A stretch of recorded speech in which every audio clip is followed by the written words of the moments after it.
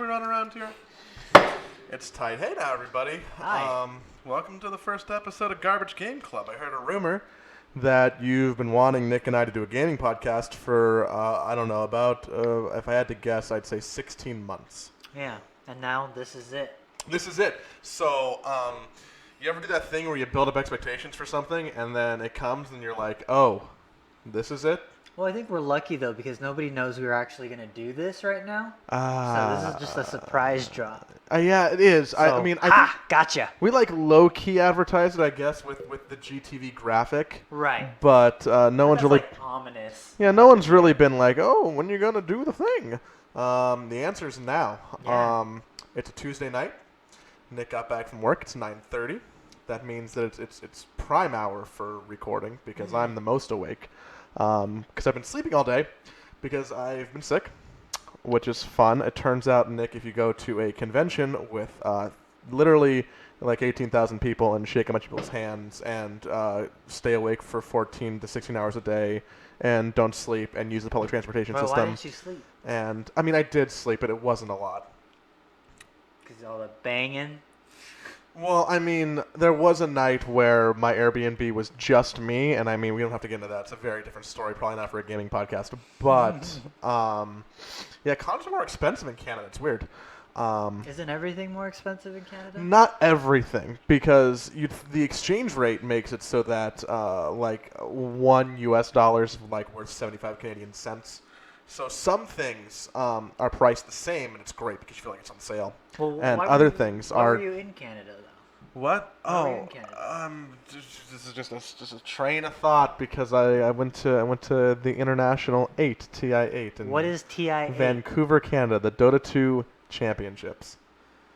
And is this something that you've gone to every year? Dude, for I've Dota been to 5. You've been to 5. I've been to 5. There's been 8. The first one was in 2011, and was in Germany, so I didn't go to that one. And I didn't. Walk me through this. So, like, what was the expectation going into TI8?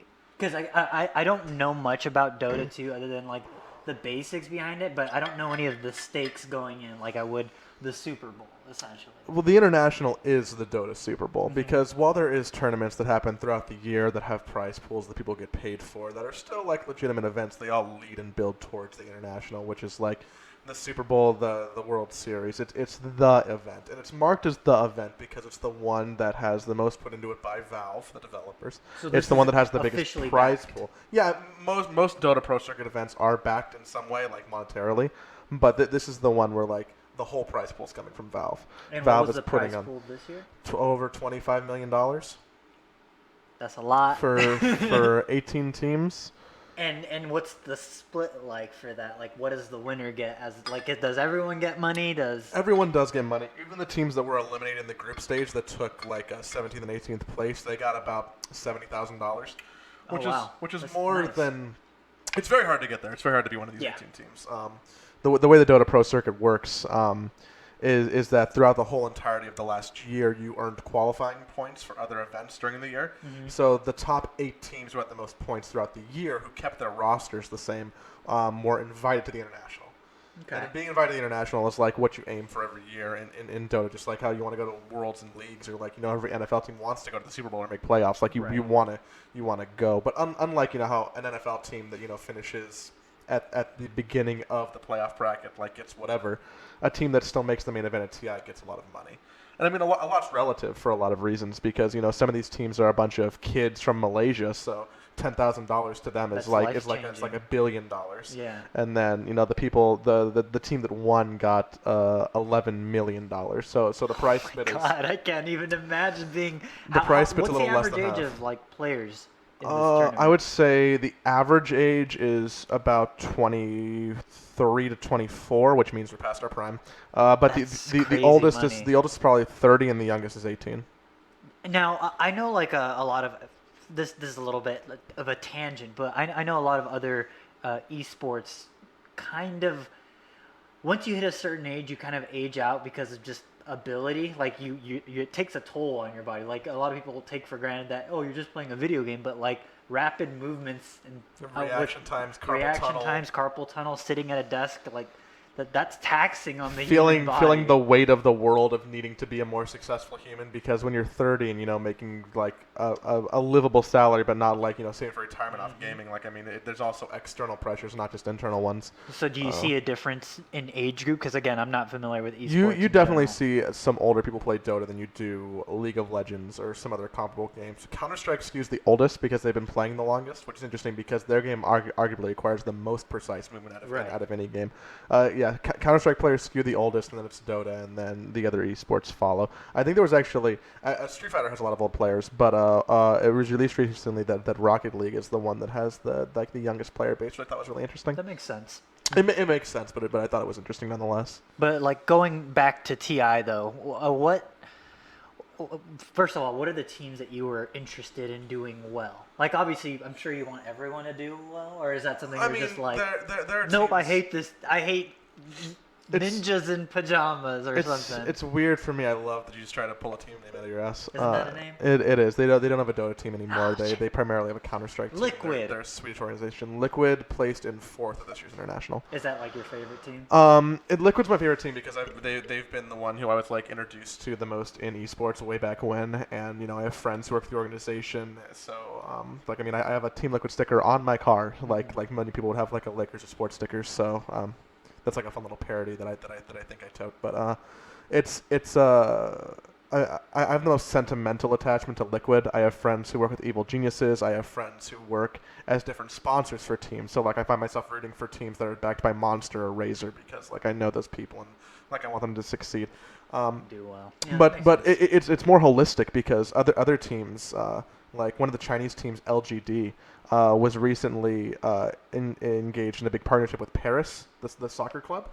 Oh, wow. So LGD is now PSG LGD, and they That's have rad. like That's really cool. Paris Soccer Group and LGD branding together, and like I want them to do well because I want other like football teams or real sports organizations to be like, oh wow, like we gave them money and look at that ROI, look at the people who know about us who wouldn't, or look at there's interest in this. Yeah, so I get interested in a lot of teams for a lot of different reasons. Most of the time when people follow esports, I'm sure some people knowing like even relate to this, is that oftentimes you follow players more than teams because you get attached to a certain player. It's like, I'm a LeBron fan. I don't care if he plays for the Lakers or for the Cavs.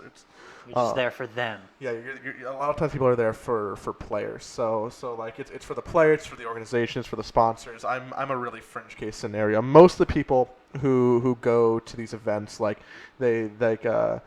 If you're an NA audience person, you're probably backing Evil Geniuses. They're the best NA team. The Chinese team and the Chinese fans generally shift every year to support whichever team has the best chance of winning, which is really interesting. This year that was LGD. So and the cool thing about having TI in Vancouver, I don't know if you know, is that Vancouver has a very high Chinese population. Oh, I'd see that. I didn't know. Remarkably high. I believe that Vancouver is the highest population of Chinese people outside of China. Wow.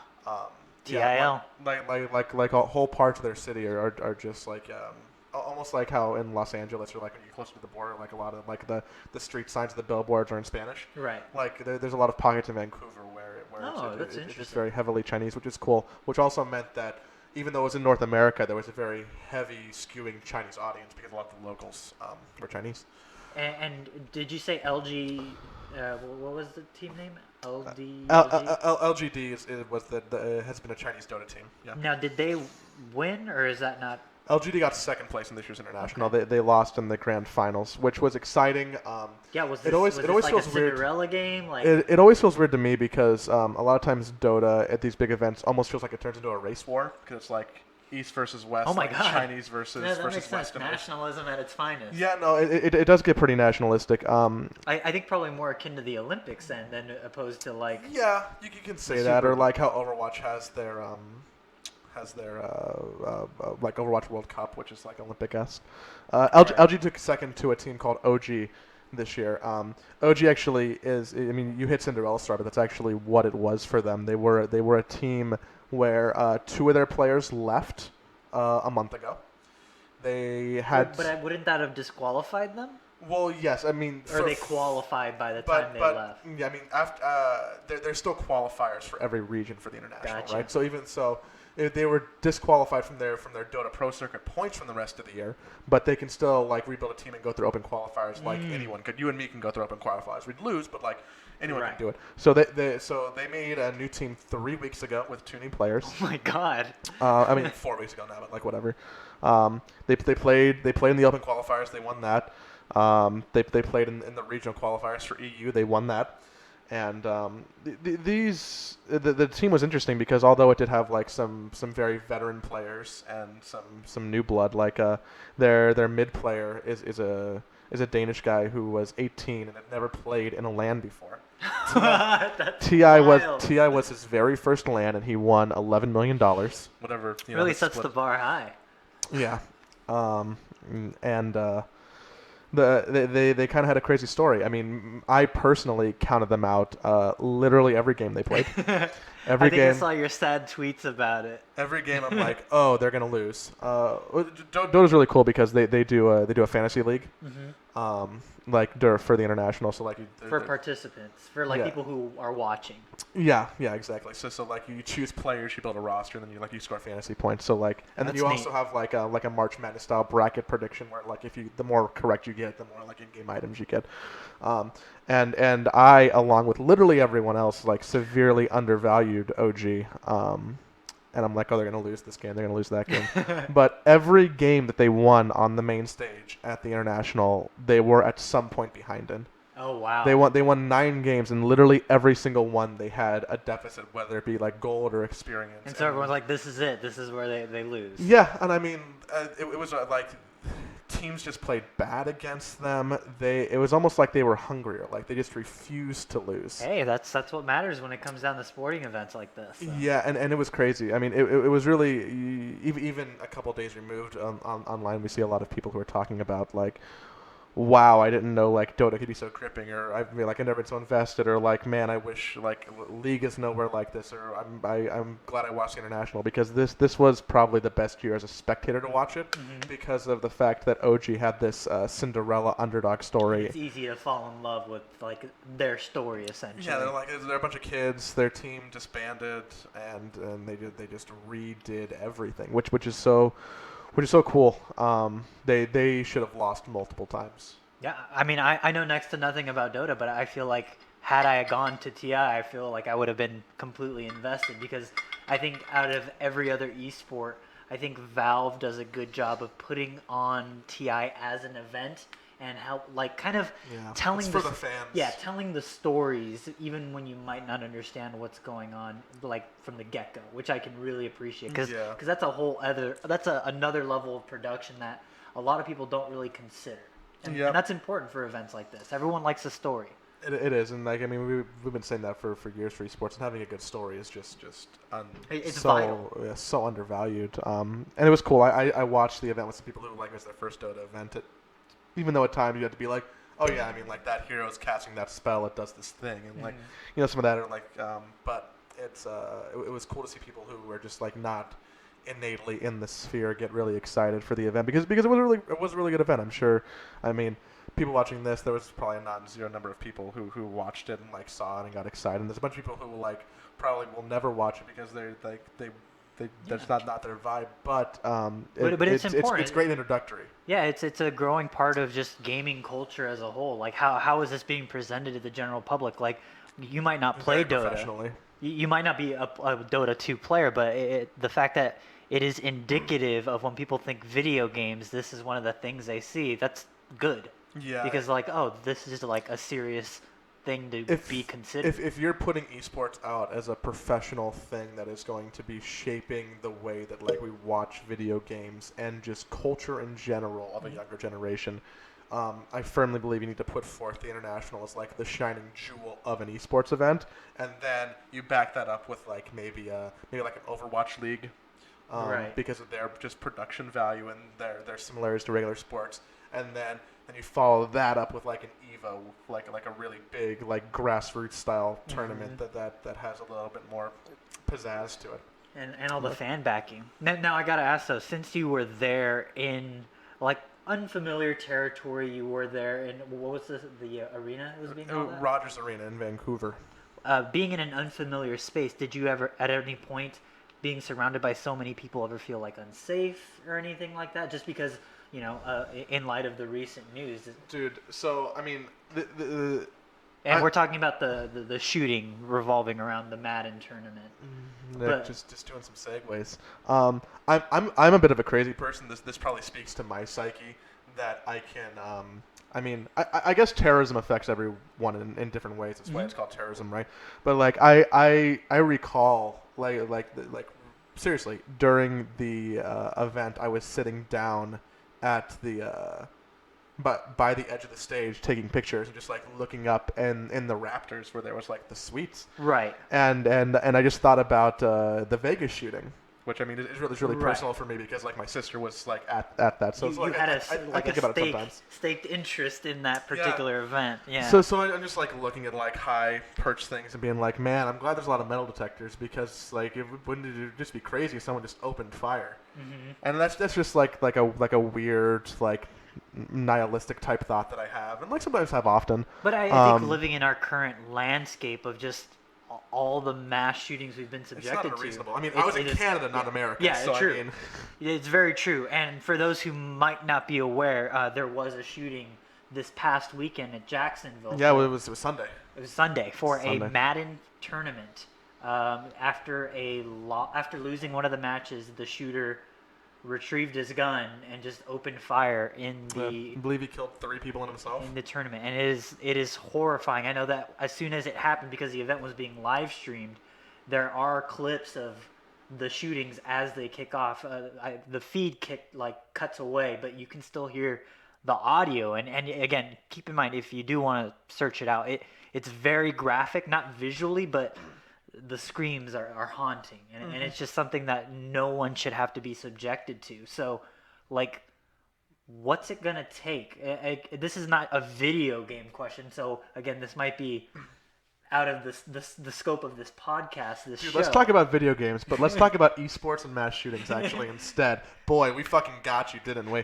I mean, it's not a gaming thing, because like my mom's like, well, what's going on? Why did this person shoot someone? Is it the video games? Because my mom doesn't understand really, and I'm like, well, no, mom, it's this. They were playing Madden. It was a football video game, and it's just There was someone who was mentally not well. it's and not a probably video needed game help. problem. It is a mental health problem. It is a gun problem, and it is something that is just running rampant. And the more and more it happens, the more. Honestly, it feels like it's desensitization, Yeah. which is tragic. And I mean, It shouldn't be this way. when to pull back to the Vegas shooting, like I mean, you don't look at that and be like, oh, this is a country music festival problem. Mm-hmm. And it's like you don't look at like what happened at the Madden event and be like, oh, this is a video game event problem. It's spooky for someone who was like literally just a day removed from being an esports event to hear about a Right. shooting shooting at an esports event. And I mean, a lot of people on my Twitter feed and just in general, because I follow and know a lot of people in the industry, was just so tragic and sad to hear all of the stories. But man, it's a real bummer. It's hard not to like get political about it because really, I mean, in my mind, it's a root political cause about absolutely. gun control and mental health. But it was crazy to see. It happened in like an arena so close to home, even though being so far away. I'm interested to see if the gaming communities do a little bit more to support it. And like, there's been a lot of talks of like, oh, what can we do to like increase awareness of But like, these if problems. E3 Comic Con, PAX is all laughably bad when it comes to security. It's like a couple metal detectors and a bag. Even then, I don't think there's no metal detector going to. Oh, there was this year to go to E3. There was a metal detector, but like in the past, there hasn't been. And this is like the first time because like IGN was in talks to like sending me to PAX to shoot stuff, and I had that like there's always been a part of me that's like, I've always wanted to go to PAX. That's really cool. But at the same time, I had this like moment of pause where I'm like, oh, like, is this something that I should like tell my family that I'm gonna go do? Like, is this the last time they might ever hear from me? Like, I guess that's the hyperbolic way to take that. Yeah, but I mean, it's true nonetheless. absolutely. Is that, I mean, it's almost scary to be in America at any mass gathering. I completely agree. Completely Which agree. it shouldn't be, and it's a shame that it's that way.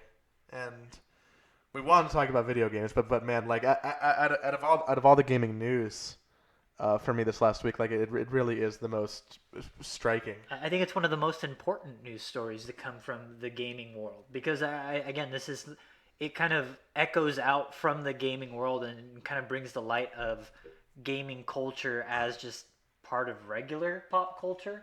And so again, the way Dota 2 is a shining example of how you should be representing video games in popular culture. Great security at the International. See, that's great. They actually delayed them the day one by an hour because they didn't have enough metal detectors, so it was slow to get in the arena. So instead of starting before people got in, they just delayed. They pushed everything back. That's good to hear. But I just worry that we won't see that kind of thing here in the U.S. for PAX, for E3, for Comic-Con. I think we'll see it. I think we'll start to see more of it, and especially like I was reading that they're going to increase security at PAX, and also like they're increasing security at there's like a big independent wrestling event this weekend that people were scared about in lieu of the Madden shooting. Right. I mean, it makes a lot of sense. Do we call it that? Is that bad for EA to call? Are we calling it? The Jacksonville shooting is something completely different. So is it the Madden shooting? I guess. And you know what? One of the heartbreaking things for me, just to see people who have a vested interest in Madden, like there's this guy I follow on Twitter. His name is JP Kellums. He's an American who lived in Japan and he worked for Platinum Games. He made games like Bayonetta and shit like that.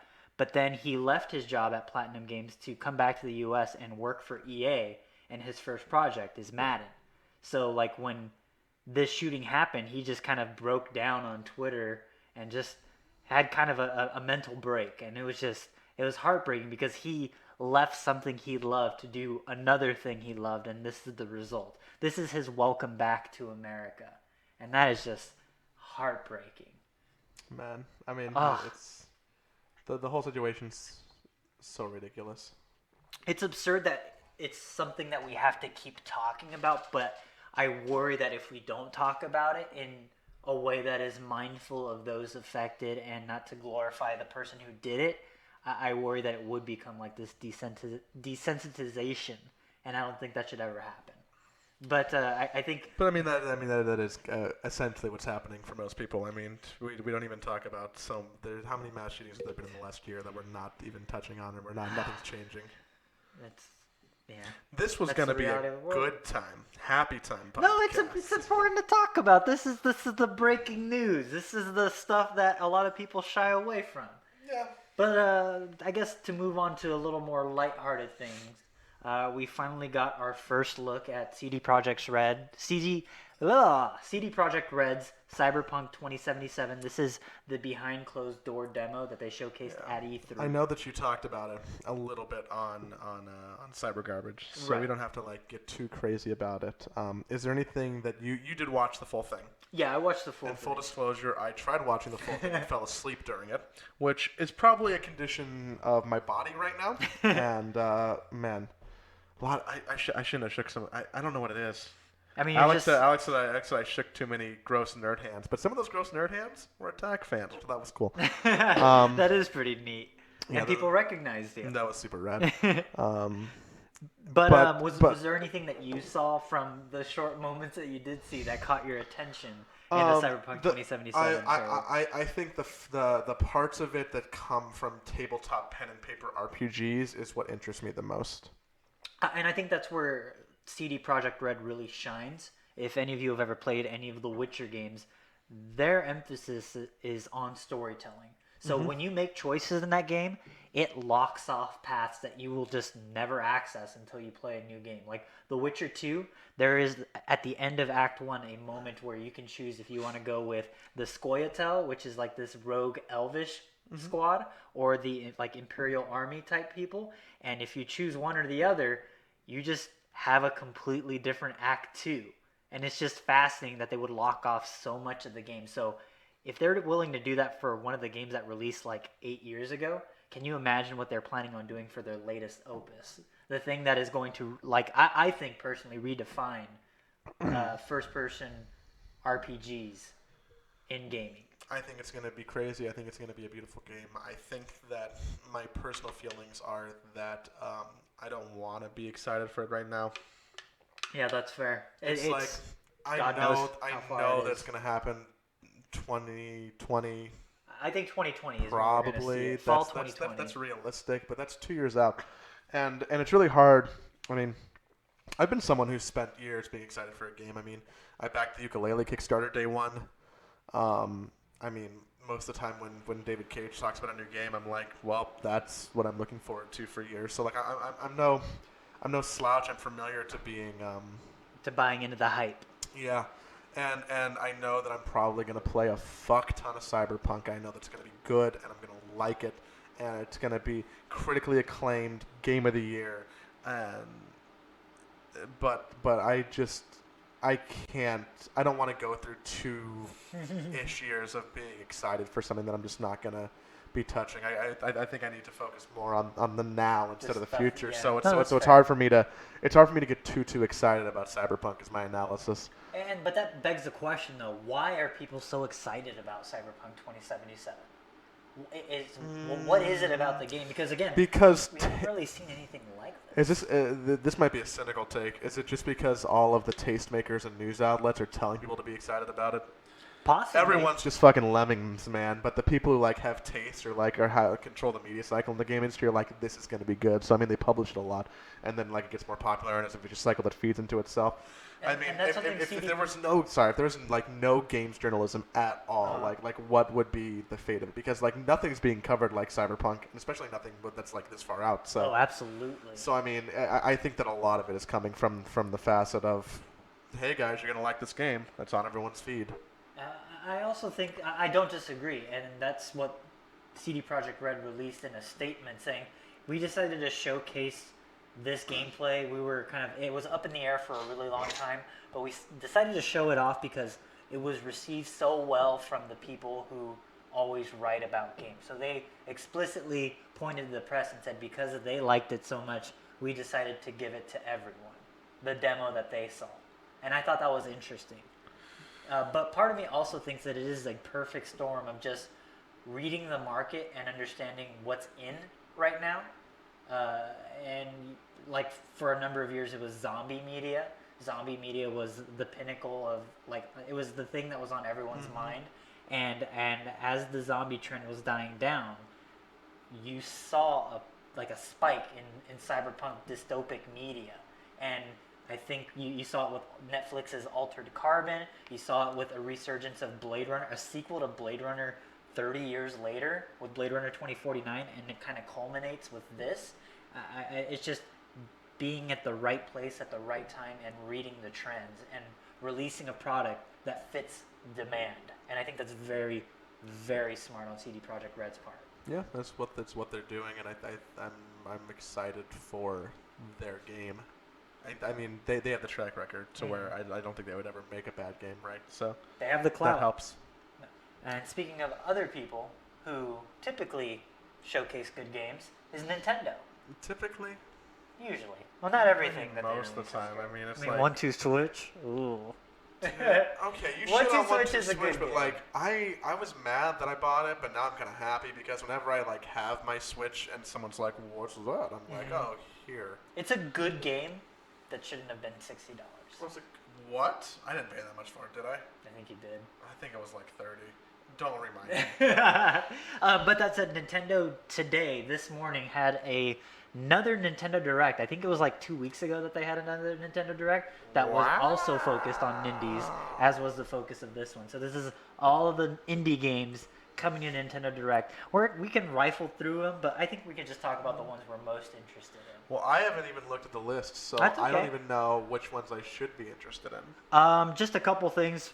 For some reason, everyone who missed indie games on other platforms when they get released on the Switch, it's just a magical recipe to buy games you've never played before. Oh, absolutely. And so I think the thing that has been out on other platforms that you should absolutely check out if you haven't, Hyper Light Drifter is getting a re-release on the Switch with exclusive content, which kind of sucks because I kickstarted that game, so I feel like I should be getting that content already.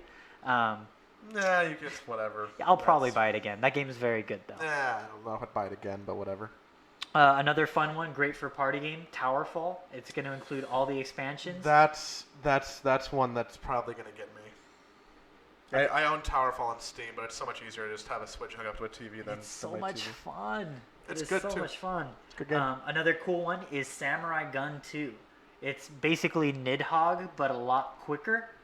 And so if you haven't checked out the original Samurai Gun, check this out. It's a lot of fun, and I think this one supports up to 4 people as well. So that's going to be really good. They have a game called Untitled Goose Game. I don't know if that's the final name, but I kind of hope it is. And it just looked like that new game coming out, I think tomorrow, Donut County. Oh, yeah. With raccoons, but with a goose. So that looks kind of cool. Another one to check out is The Messenger, which is a 8-bit Ninja Gaiden style game that turns into a 16-bit Metroidvania as you transport back and forth between dimensions, which is kind of cool. But one of the biggest ones that was kind of came out of nowhere is Into the Breach, which is critically acclaimed on Steam. It is now out today on the Nintendo Switch, and I know that's something a lot of people are looking forward to. I don't know if you're really into like a tactics strategy game like that, but I mean, I am, but it's for me, it's like a cost benefit of time versus actually playing it. And other games that they showcased in their sizzle, which kind of caught me off guard, was Bastion and Transistor. Like, okay, cool. Are they bundled together? No, they're not. They're sold separately. I mean, I guess that makes sense, but it would be cool if they were together. If you haven't played those games, you absolutely should. They're both very, very, very, very good. And I think Yeah, I even touched Bastion probably about a year ago, and I think it still holds up. the storytelling is a lot of fun in that. Other cool things are Undertale, which finally has a September release date on Switch. So if you haven't, do yourself a favor and play Tumblr Undertale. gonna light up again, like, oh my god! I'm excited for people to experience Undertale again for the first time. For the first time? Yeah, I mean, I guess there are some people who would play Undertale for the first time, but Especially people who you just haven't had access to. I know it just released on PS4, but like, I mean, still, a lot of people haven't played it. If you have like a potato laptop, you can play Undertale. Yeah, very true. And another one that I'm personally excited for that I love, I played it on a phone originally, is Super Brothers Sword and Sorcery. Really cute, really simple, beautiful looking game with great music.